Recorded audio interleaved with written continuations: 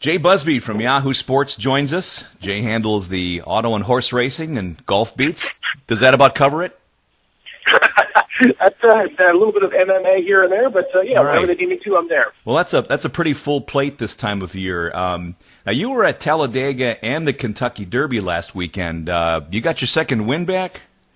I am just now getting the mint juleps and the turkey leg smoke out of my system, yes. Okay, we'll get right into it here. We're 12 weeks into NASCAR. Which teams or drivers have exceeded your expectations, and which ones aren't really coming up to par with respect to where you thought they'd be? Well, it's interesting. I would have initially said Roush Fenway was way out in front and doing really well, and that Joe Gibbs Racing was not really paying off. But in recent weeks, Roush Fenway, they haven't really leveled off, but they haven't had the same kind of dominance that they've had the last few, or the early few weeks of the season.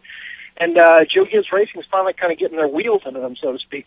They've got 3 wins as a team now. Kyle Busch came in second last week. So, yeah, everybody's starting to everyone's starting to click. If you'd asked me this question 3 weeks ago, we would have had a different answer. But we've got, 3 or 4 teams that are really, really solid right now. Hendrick is probably the one that's the most underachieving at the moment, simply because they just can't get that one win to get them to 200. But overall, every team you can look at, and they've got some pretty solid performances.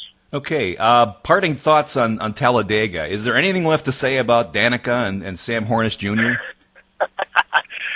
You know what? I wrote a little bit about this. I do a weekly letters column, and my inbox was just full of people screaming at me on both sides. I saw that, man. Yes. I mean, it's nonstop. I think that bottom line, NASCAR should have brought her into the hauler, if only for appearance's sake. If only for appearance's sake, to just get in and say, hey, all right, look, we appreciate what you did. You did it. Earnhardt Sr. did that. Don't do this again, or if you do it, make sure that you've got a good reason for it. I think that letting her go, I don't necessarily think she should be punished or fined or anything like that, because it's heat of the moment. We wouldn't have expected, if Kevin Harvick had done that, we wouldn't expect a huge punishment. But I do think that NASCAR erred NASCAR gave the appearance of preferential treatment by not calling her to the hauler, at least for a little sit down. Yeah, I think she believes that she has this edge to work, and that edge might not be in a different place from some other drivers, and she doesn't want to be just the newest chick in a fire suit. What do you think about that? Well, I respect that. I mean, I think that she's doing, as much abuse is heaped on her, and I mean, bottom line, you want to see what this woman has to deal with. Go and take a look at any of the comments on the articles that I write about Danica or anything like that. I mean, it's inexcusable the way that a certain subset of fans treats this driver. I'm not going to say this woman, this driver.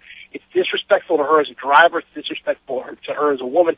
It's out of line. I mean, she's doing a job she's been paid to do. So I have a real problem with people that take it into the really sexist realm and so forth. That said, I think that she herself is doing exactly what she needs to do. She's keeping her head down.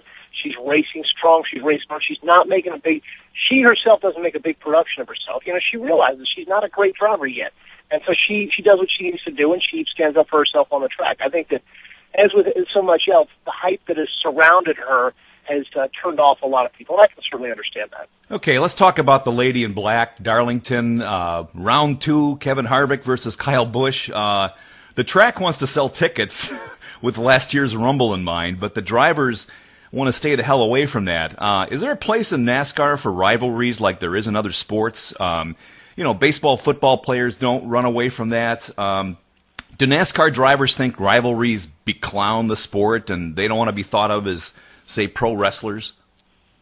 Well, here's the difference is baseball and football, you don't face your rival every single game. I mean, it's cool for the Patriots and the Colts. Well, when Manning used to be there, it's pretty cool for the Bears and the Packers, say, to have a rivalry. The Yankees, Red Sox, because they only play each other a limited amount of the season. They only play each other one game in the case of football, or however many it is, 18 in baseball. But you're not there every single day, and you're not with these guys every single weekend. I mean, you cannot sustain a rivalry where you just hate a guy when you see him every weekend. One of you is going to just either murder the other, or you've got to just get your blood pressure down. So I can see it from that point. I can see it from that standpoint. These guys do have to work together every single weekend. That said, it's a lot of fun. It's a lot of fun seeing this stuff going on, and I applaud the guys for standing up for themselves. I applaud the guys for, not necessarily headhunting, but standing up for themselves and having a little bit more fun with it. Darlington's a long race. What does it take for a team to win a 4-hour race? Yeah, you got to be prepared for that kind of haul. You got to be prepared for the track to change. You've got to be prepared for the unpreparable, if that's a word. You know, there's the old Darlington stripe, the famous Darlington stripe that comes from when cars just cut too close to the wall and get their right side torn up. And that's a lot of fun to see how drivers can handle that, because some can and some can't. I mean, it's a test of endurance, and it's a test of strength, and it's a test of mental fortitude, and that's the kind of thing that some other tracks on the circuit that we could mention don't necessarily. You don't necessarily have to be that strong mentally. You just kind of get in gear, and like out of California, you get in gear and you just ride for 500 miles or 400 miles. You just let it go, and it's not the kind of thing where you have to have the same kind of every second being on the top of your game that you do at Darlington. So this is the kind of race that everybody has to be aware at all times. You can't take a single lap off. You certainly can't take a single pit stop off. And the team that succeeds is going to be the team that's able to keep that focus all the way through. Okay, one last question.